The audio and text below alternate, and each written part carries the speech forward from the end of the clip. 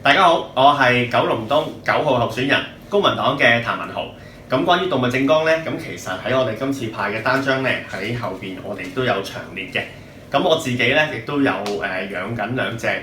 唐狗嘅，咁都由細養到大，而家都9歲啦已經，不經不覺。咁所以咧我就非常之關注動物議題嘅。咁喺我嘅政綱裏邊咧，其實都有講，譬如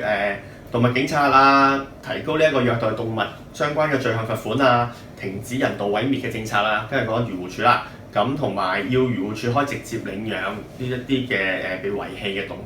咁同埋喺九龍東咧，其實係唔夠呢啲嘅動物公園，其實而家喺5區咧係最少，我哋得1個，咁所以我哋都會爭取。咁有關深入少少嘅動物政策嘅詳情咧，其實喺我嘅網址裏邊有㗎啦 www.jeremytam.hk， 咁你哋可以入去睇一睇。漁護署需要立即改善嘅，起碼有以下呢幾點：第一，停止呢一個4天冇人領養嘅動物就人道毀滅呢個政策；第二，就係容許任何人士係可以直接去到漁護署領養呢啲被遺棄嘅動物；第三，就係盡快推行呢個 TNVR， 咁至少係盡快要進行呢幾點。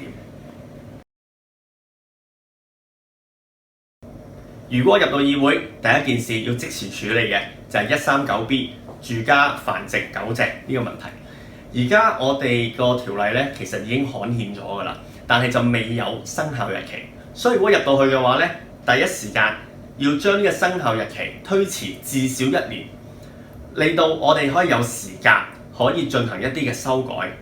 咁呢一個就係我入到議會第一樣會為動物做嘅工作。